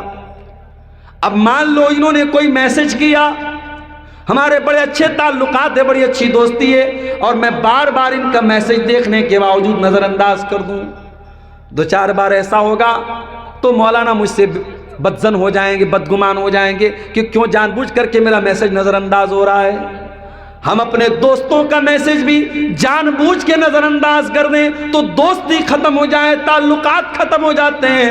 او لوگو، یہ قرآن بھی تو اللہ کا آخری میسج ہے، یہ قرآن بھی تو اللہ کا آخری پیغام ہے، اس قرآن کو کیوں اگنور کرتے ہو؟ اس قرآن کو کیوں نظر انداز کرتے ہو؟ قیامت کے دن اللہ کی عدالت میں اللہ کے رسول ہمارے خلاف کیس دائر کریں گے اور کہیں گے وقال الرسول یا رب ان قوم اتخذوا ھذا القرآن محجورا، اے اللہ میری قوم نے قرآن کو چھوڑ دیا تھا۔ اور یہ بھی یاد رکھو، قرآن کا صرف پڑھ لینا کافی نہیں ہے۔ یہ مدرسوں سے بچے حافظ بن کے نکلے، اگر ان کی زندگی میں دینداری نہیں ہے تو قرآن کا رٹا مار لینے سے کچھ نہیں ہوتا۔ میں نے ایسے ایسے حافظوں کو دیکھا ہے کہ ہیں تو وہ قرآن کے حافظ مگر حرکتیں ان کی شیطانوں والی۔ قرآن کا حافظ ہو جانا یہ کمال ہے، مگر صرف قرآن کا حافظ بن کے رہ جانا یہ کمال نہیں ہے۔ قرآن کو یاد کرنے کے ساتھ ساتھ قرآن پہ عمل بھی ہونا چاہیے میرے پیارے ساتھیوں۔ اس لیے قرآن کو پڑھو اور قرآن پر عمل کی کوشش کرو، قرآن پر تدبر کرو، قرآن پر غور کرو، ہو سکے تو ایک پارہ نہیں تو آدھا پارہ، جتنی بھی اللہ تعالیٰ آپ کو طاقت دیتا ہے ڈیلی قرآن کی تلاوت کرو۔ یہ قرآن بھی میرے پیارے ساتھیوں آپ کے دلوں کو نرم کرے گا۔ ارے ہمارے دل کی کیا حیثیت ہے، یہ قرآن تو وہ کتاب ہے، لو انزلنا ھذا القرآن علی جبل لرأیتہ خاشعا متصدعا من خشیۃ اللہ۔ اس قرآن کو اگر اللہ کہتا ہے ہم کسی پہاڑ پر بھی اتارتے تو تم دیکھتے کہ پہاڑ بھی اللہ کے خوف سے رضا رضا ہو جاتا ہے۔ اسی طریقے سے میرے ساتھیوں، اگر دل کی کٹھورتا کو دور کرنا ہے تو ایک کام اور کرنا پڑے گا۔ اگر آپ کے سماج میں کوئی یتیم بچہ ہے، کوئی یتیم بچی ہے، اس کی پرورش کر سکتے ہو تو پرورش کر لو، پرورش نہیں کر سکتے پڑھائی کا خرچہ اٹھا سکتے ہو، پڑھائی کا خرچہ اٹھا لو، اس کی تعلیم کی ذمہ داری لے لو۔ کوئی یتیم بچی ہاسٹل میں پڑھ رہی ہے، بنات میں پڑھ رہی ہے، پتہ کر لو اس کی سال بھر کی فیس کتنی ہے، اللہ نے طاقت اگر دی ہے، دولت دی ہے تو اس کی سال بھر کی فیس ادا کر دو۔ اللہ کے نبی کے پاس ایک صحابی آتے ہیں، اے اللہ کے نبی مجھے اپنا دل بڑا سخت محسوس ہوتا ہے، اے اللہ کے رسول میرے دل کی کٹھورتا کو کوئی علاج بتا دیجئے۔ آپ نے فرمایا امسح براس الیتیم، کسی یتیم کے سر پہ محبت سے ہاتھ پھیر دینا، کسی یتیم کی پرورش کر لینا، کسی یتیم کی کفالت کر لینا۔ بڑا اونچا مقام ہے میرے پیارے ساتھیوں یتیم کی کفالت کا۔ کوئی اناتھ بچہ، کوئی یتیم بچہ جس کا باپ مر چکا ہے، جس کی ماں مر چکی ہے، اس یتیم بچے کی اگر پرورش ہم کرتے ہیں تو یہ عمل بھی میرے پیارے ساتھیوں ایسا ہے جس سے ہمارے دلوں کی کٹھورتا دور ہوتی ہے۔ اسی طریقے سے میرے پیارے ساتھیوں اگر دل کی کٹھورتا کو دور کرنا ہے تو ایک اور کام بھی شروع کر دو۔ آپ برطلہ کے رہنے والے ہیں، مجلاڈی میں جلسہ ہوا تو آپ آئے ہیں، آپ کے علاقے سے 10-20 کلومیٹر کی رینج میں کوئی پروگرام ہوا، کوئی بنارس سے چل کے آیا، کوئی سدھارتھ نگر سے چل کے آیا، کوئی دلی ممبئی سے چل کے آیا، بڑے بڑے علماء کو بلایا گیا، لیکن آپ کے پاس کوئی ایسی خاص مصروفیت بھی نہیں ہے، مگر آپ ان جلسوں میں جانا مناسب نہیں سمجھتے۔ آپ کہتے ہیں ٹھیک ہے جب ہمارے گاؤں میں جلسہ ہوگا ہم چلے جائیں گے۔ نہیں میرے پیارے ساتھیوں، اور میں یہ بھی بتا دوں، موبائل پر تقریریں سننا ایک الگ بات ہے اور جلسوں میں جا کے بیٹھ کے سننا ایک الگ بات ہے۔ یہاں جو آپ کو روحانیت ملے گی، جو دینی مجلس ملے گی، جو برکت ملے گی، جو سکون ملے گا، وہ موبائل پہ نہیں ملے گا۔ موبائل پہ تو تقریر کم آتی ہے، اس سے زیادہ تو ایڈ آتا ہے اس کے اوپر، آپ سن کچھ اور رہے ہیں اور بیچ میں کچھ اور آ جا رہا ہے۔ اس لیے دینی مجلسوں میں شرکت کرو، علماء کی مجلسوں میں شرکت کرو، اور کبھی کبھی کسی ایک تقریر کے ذریعے، کسی ایک بات کے ذریعے انسان کی اصلاح ہو جاتی ہے۔ کوئی بے نمازی نمازی بن جاتا ہے، کوئی بدعتی توبہ کر لیتا ہے، کوئی مشرک توبہ کر لیتا ہے۔ اس لیے میرے پیارے ساتھیوں، علمی مجالس میں اور دینی مجالس میں جایا کرو، وہاں جانے سے بھی انسان کے دل کی سختی دور ہوتی ہے۔ قرآن کہتا ہے وَذَكِّرْ فَإِنَّ الذِّكْرَىٰ تَنفَعُ الْمُؤْمِنِينَ، اے میرے نبی آپ لوگوں کو نصیحت کیجئے، لوگوں کو نصیحت کرنے سے ایمان والوں کو فائدہ ملتا ہے۔ امام احمد ابن حنبل رحمۃ اللہ علیہ جیل میں تھے اور ان کو کوڑا لگایا جا رہا تھا۔ کیا قصور تھا ان کا؟ قصور اتنا تھا، وہ یہ کہا کرتے تھے کہ قرآن اللہ تعالیٰ کی کتاب ہے، قرآن اللہ کا کلام ہے، قرآن اللہ کی مخلوق نہیں ہے۔ اس زمانے میں ایک نیا عقیدہ گڑا گیا تھا کہ قرآن اللہ کا کلام نہیں ہے، قرآن اللہ کی مخلوق ہے، اور صرف اسی عقیدے کی بنیاد پر امام احمد بن حنبل کو کوڑا لگایا جا رہا تھا اور جیل میں ڈالا جا رہا تھا۔ امام احمد بن حنبل کہتے ہیں میں جیل میں تھا اور میری پیٹھ پر کوڑے برس رہے تھے۔ اتنے میں ایک دیہاتی آتا ہے، ایک دیہات کا رہنے والا عام آدمی آتا ہے اور آ کر کے کہتا ہے اے احمد ابن حنبل اثبت، اے احمد ابن حنبل حق پر ثابت قدم رہنا، اے احمد ابن حنبل جس عقیدے کی وجہ سے آپ کو جیل میں آنا پڑا ہے، اس عقیدے پر ثابت قدم رہنا، اس لیے کہ آپ اگر بہک گئے تو حق پر چلنے والے بہک جائیں گے، آپ اگر جمے رہے تو حق پر رہنے والے جمے رہیں گے۔ امام احمد ابن حنبل کہتے ہیں جب مجھے جیل کے اندر سزائیں دی جاتی تھی، جب میری پیٹھ پر کوڑے برسائے جاتے تھے، مجھے اس عربی کی بات یاد آتی تھی، مجھے اس دیہاتی کی بات یاد آتی تھی، اور جب اس دیہاتی کی بات یاد آتی تھی تو میرا عقیدہ اور مضبوط ہو جاتا تھا، میرا حوصلہ اور مضبوط ہو جاتا تھا، میری ہمت اور مضبوط ہو جاتی تھی۔ ایک بات، ایک دیہاتی کی ایک بات امام احمد ابن حنبل رحمۃ اللہ علیہ کو جیل میں کام آ رہی ہے اور ان کو ایمان پر جمے رہنے پہ کام دے رہی ہے، استقامت پہ کام دے رہی ہے۔ اس لیے میرے پیارے ساتھیوں، ہم نہیں جانتے جلسے میں کون سی بات ہمارے دل کی دنیا کو تبدیل کر دے گی۔ اس لیے میرے پیارے ساتھیوں، دینی مجلسوں میں جایا کرو۔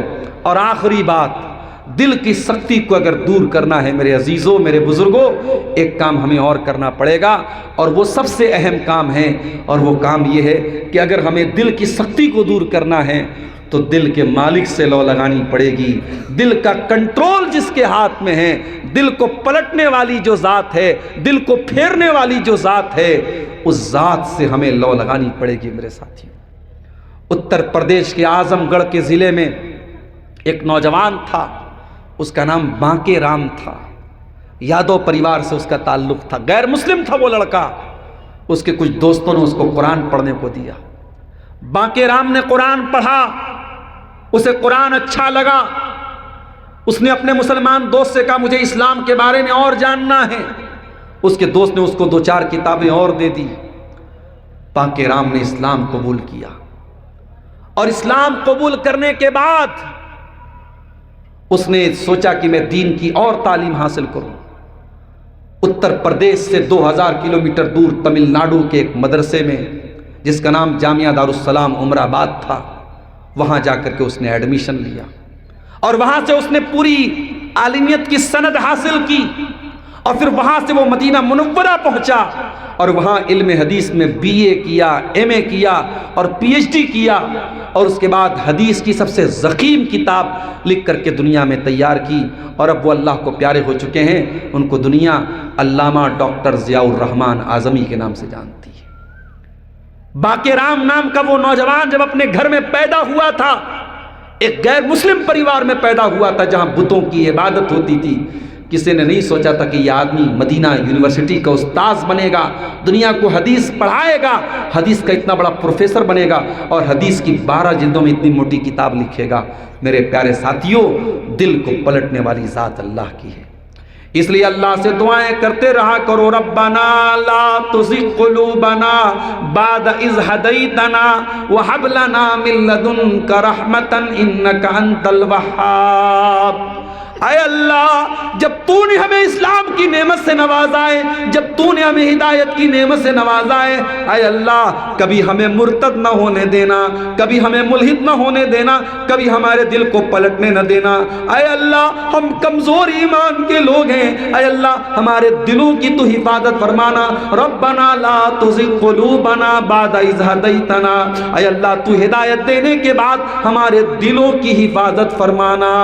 ایک دعا تو یہ یاد کر لیجیے جو قرآن میں ہمیں بتائی گئی، اور ایک دعا اللہ کے پیارے نبی نے ہمیں سکھائی ہے، وہ دعا بھی آپ یاد کر لیجیے، یا مصرف القلوب صرف قلبی علی طاعتک، اے دلوں کے پھیرنے والے میرے دل کو اپنے دین کی طرف پھیر دے۔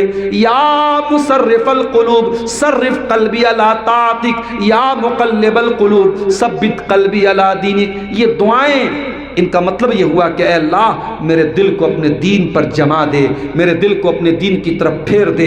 یہ دعائیں آپ اپنی زبان میں بھی پڑھ سکتے ہیں، اپنے الفاظ میں بھی پڑھ سکتے ہیں۔ میرے پیارے ساتھیوں، ان دعاؤں کو پابندی سے پڑھا کرو اور دعا کیا کرو کہ اے اللہ ہمارے دلوں کو تو سختی سے بچا لے، ہمارے دلوں کو نرم بنا دے، ہمارے دلوں کو ایسا بنا دے کہ یہ دل ہدایت کو قبول کر لیا کریں، یہ اچھی باتوں کو قبول کر لیا کریں۔ اور نوجوانوں سے ایک بات کہنا چاہوں گا کہ جب کوئی دین کی بات بتائے، جب قرآن کی بات بتائے، ٹھیک ہے تم عمل نہیں بھی کر رہے ہو، تب بھی جب دین کی بات کہیں ہونے لگے تو اس کو سن لیا کرو۔ جب تم سنو گے تو ہو سکتا ہے کہ دل کا کوئی دروازہ کھلا ہو اور ہدایت کی بات دل میں اتر جائے۔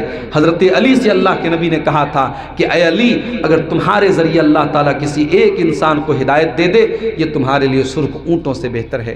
میرے پیارے ساتھیوں، دل کی سختی کے یہ چند اسباب اور ان کا علاج میں نے آپ کے سامنے قرآن و حدیث کی روشنی میں پیش کیا ہے۔ چونکہ آج کے دور کی ایک بہت بڑی بیماری بن چکی ہے دل کی سختی، اور بہت ساری ہماری مصیبتوں کی جڑ یہی دل کی سختی ہے۔ ہم اللہ سے دعا کرتے ہیں رب العالمین ہمیں اپنے دلوں کی سختی کو دور کرنے کی توفیق عطا فرما۔ یہ 2 سوالات آئے ہیں، اسرائیل کا سپورٹ کرنا کیسا ہے مسلمانوں کو؟ اسرائیل سے مراد وہ حکومت ہے جو یہودیوں نے قائم کی ہے۔ اسرائیل تو نام حضرت یعقوب علیہ السلام کا ہے، اس لیے ہمیں لفظ اسرائیل کو بہت احتیاط سے استعمال کرنا چاہیے۔ کچھ لوگ بولتے ہیں اسرائیل پر اللہ کی لعنت، ایسا بولتے ہیں، ایسا نہیں بولنا چاہیے۔ اسرائیل حضرت یعقوب علیہ السلام کا نام ہے۔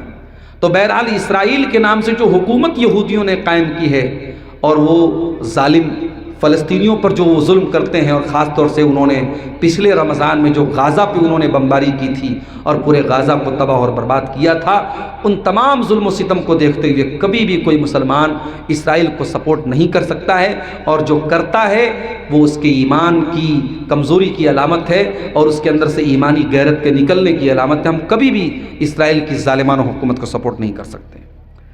اسرائیل میں کالے کوے کا ظہور ہونا کیا قیامت کی نشانی ہے؟ میرے علم میں ایسی کوئی بات نہیں، کالے کوے کی کوئی ایسی علامت میرے علم میں نہیں ہے۔ ہاں یہ ہے کہ جب دجال آئے گا تو دجال کا ساتھ جو ہے وہ یہودی دیں گے، دجال کے ساتھ 70,000 یہودی اس کی فوج میں شامل ہوں گے، اور یہودی سب سے پہلے دجال پر ایمان لائیں گے۔ اور جب عیسیٰ علیہ السلام آئیں گے تو وہ دجال کو بھی ختم کریں گے اور یہودیوں کو بھی ختم کریں گے۔ وہ ڈائریکٹ 2 آپشن دیں گے یہودیوں کو، یا تو ایمان لے آؤ یا ہم سے جنگ کرو۔ تو حضرت عیسیٰ کے بعد پھر دنیا میں کوئی یہودی اور کوئی نصرانی نہیں بچے گا، جو بچیں گے وہ اہل ایمان بچیں گے، باقی سب کو وہ ختم کر دیں گے حضرت عیسیٰ علیہ السلام۔ 100-150 سال پرانی جامع مسجد کو وقتیہ بنانا کیسا ہے؟ جبکہ مسجد کی جگہ موجود ہے، توڑ کر بڑی مسجد بنایا جا سکتا ہے؟ قرآن و حدیث کی روشنی میں جواب ہے۔ دیکھیے اب اس میں یہ لکھا ہے کہ 100-150 سال پرانی جامع مسجد، تو جامع مسجد اگر تھی اس میں جمعہ ہو رہا تھا تو اب اس کو کیوں وقتیہ مسجد بنایا جا رہا ہے، یہ ایک سوال ہے۔ اور اگر کوئی بہت پرانی مسجد ہے اور وقتیہ مسجد ہے تو کوئی پرابلم کی بات نہیں ہے، پرانی ہونے سے یہ لازم نہیں آتا کہ ہم اس کو جامع مسجد بنا دیں۔ دیکھیے کسی دیہات میں، کسی چھوٹے سے گاؤں میں اگر ایک جامع مسجد ہے اور 2-4 وقتی مسجدیں ہیں تو یہ اچھی چیز ہے، کیونکہ جامع مسجد کا مطلب ہوتا ہے ایسی جگہ جہاں پورے گاؤں کے لوگ اکٹھا ہو جائیں۔ لیکن اللہ کے نبی کے دور میں اور اب کے دور میں بہت فرق ہو گیا، اب گاؤں کا دائرہ بھی بڑھ گیا، اب ایک ایک گاؤں میں جو ہے کئی جامع مسجد بھی بن گئی۔ خاص طور سے کورونا کے بعد ہم نے دیکھا کہ بعض مسجدیں جو وقتیہ مسجد تھی ان کو بھی جامع مسجد بنا دیا گیا۔ تو اب اس کے لیے کوئی بہت خاص کرائٹیریا نہیں رہ گیا ہے، اگر کہیں ضرورت سمجھی گئی تو وقتیہ مسجد کو جامع مسجد بنایا جا سکتا ہے، مگر جامع مسجد کو وقتیہ مسجد بنانے کی کیا وجہ پڑ گئی، ایسی کیا مجبوری آ گئی، جن لوگوں نے بنایا ہے ان سے پوچھنا پڑے گا۔ بہرحال میں اس کو مناسب نہیں سمجھتا ہوں۔ اگر کوئی مسجد 100-150 سال سے جامع مسجد کے طور پہ چلی آ رہی تھی تو ایک ہی صورت بن سکتی ہے کہ اس سے بڑی کوئی مسجد موجود ہو اور وہاں پورے گاؤں کے لوگ اکٹھا ہو کر کے جمعہ پڑھ رہے ہوں تو آپس میں فتنہ اور فساد نہ ہو، اس مقصد کے لیے اگر اس کو وقتیہ مسجد بنا دیا گیا تب تو جائز ہے، تب تو کوئی حرج کی بات نہیں ہے۔ لیکن پہلے سے کوئی مسجد جامع مسجد تھی اور زبردستی اس کو وقتیہ مسجد بنایا جا رہا ہے بنا کسی ضرورت کے، تو یہ چیز ٹھیک نہیں ہے۔ ٹھیک ہے، اللہ تعالی ہم سب کو نیک عمل، اچھی سمجھ کی توفیق عطا فرمائے۔ اللہ ہماری نیکیوں کو قبول فرمائے۔ جن لوگوں نے آج اس مدرسے کے لیے تعاون کیا ہے اللہ ان کے تعاون کو قبول فرمائے۔ جو بھائی بہن اب تک اس کار خیر میں حصہ نہیں لیے ہیں ان سے بھی اپیل کرتا ہوں کہ جاتے جاتے ضرور اس مدرسے کو آپ اپنا تعاون دے کر کے جائیں گے۔ اللہ تعالیٰ جامعہ فاطمۃ الزہرا کو مزید ترقی عطا فرمائے، اور یہاں جو بچوں کے لیے بھی شعبہ شروع کیا جا رہا ہے اللہ اس کو بھی کامیاب کرے، اور مجلہ ڈی کے لوگوں کو اس ادارے کا تعاون کرنے کی توفیق عطا فرمائے۔ آمین۔ وآخر دعوانا ان الحمد للہ رب العالمین، والسلام علیکم ورحمۃ اللہ وبرکاتہ۔ نحمده ونستعینه ونستغفره ونعوذ باللہ من شرور انفسنا ومن سیئات اعمالنا، من يهده الله فلا مضل له ومن يضلل فلا هادي له، واشهد ان لا اله الا الله وحده لا شريك له، واشهد ان محمدا عبده ورسوله۔ يا أيها الذين آمنوا اتقوا الله حق تقاته ولا تموتن إلا وأنتم مسلمون۔ يا أيها الناس اتقوا ربكم الذي خلقكم من نفس واحدة وخلق منها زوجها وبث منهما رجالا كثيرا ونساء، واتقوا الله الذي تساءلون به والأرحام إن الله كان عليكم رقيبا۔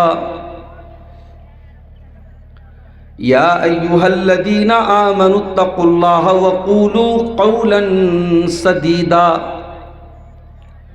يصلح لكم أعمالكم ويغفر لكم ذنوبكم، ومن يطع الله ورسوله فقد فاز فوزا عظيما۔ أما بعد فإن خير الحديث كتاب الله، وخير الهدي هدي محمد صلى الله عليه وسلم، وشر الأمور محدثاتها وكل محدثة بدعة وكل بدعة ضلالة وكل ضلالة في النار۔ أعوذ بالله من الشيطان الرجيم، بسم الله الرحمن الرحيم۔ ولا تخزني يوم يبعثون يوم لا ينفع مال ولا بنون إلا من أتى الله بقلب سليم۔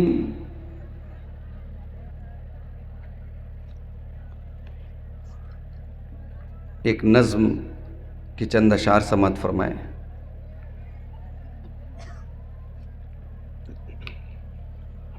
محمد کی ہم امت ہیں، ذرا تو شرم اپنائیں، محمد کی ہم امت ہیں، ذرا تو شرم اپنائیں، یہاں فتنے ہزاروں ہیں، نہ ان میں خود کو الجھائیں، یہ دنیا چند روزہ ہے، یہاں سے کوچ کرنا ہے، اور اس کے بعد پھر برزخ کی دنیا سے گزرنا ہے۔ ذرا سن نوجوان مسلم، تو دین حق کا داعی بن، اور اے ملت کی بیٹی تو شریعت کی محافظ بن، زباں سے اپنی تم ہرگز کبھی دشنام مت کرنا، کسی کی آبرو لینا کبھی بدنام مت کرنا، رضا رب کی جو ہو مقصود کر لو علم تم حاصل، کوئی بندہ نہیں بنتا بنا اس کے کبھی کامل، اطاعت اپنی ماں کی اور والد کی صدا کرنا، تمہارے سچے محسن ہیں صدا ان سے وفا کرنا، کبھی لفظوں کے کانٹوں سے چبھونا نہ کسی کا دل، تواضع خاک ساری ہی بنائے گی تمہیں قابل، جو ہو مشکوک کوئی بات تو تحقیق کر لینا، کسی مجبور کی ہرگز کبھی تحقیر مت کرنا،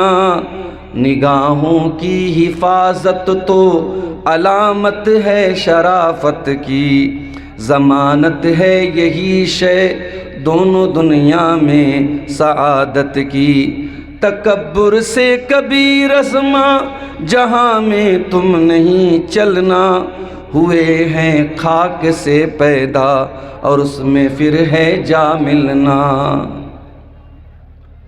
صدر محترم، علماء کرام، محترم بزرگوں، نوجوان ساتھیوں، ماں اور بہنوں، پیارے بچوں، جامعہ فاطمۃ الزہرا للبنات مجلہ ڈی کے اس سالانہ پروگرام کے لیے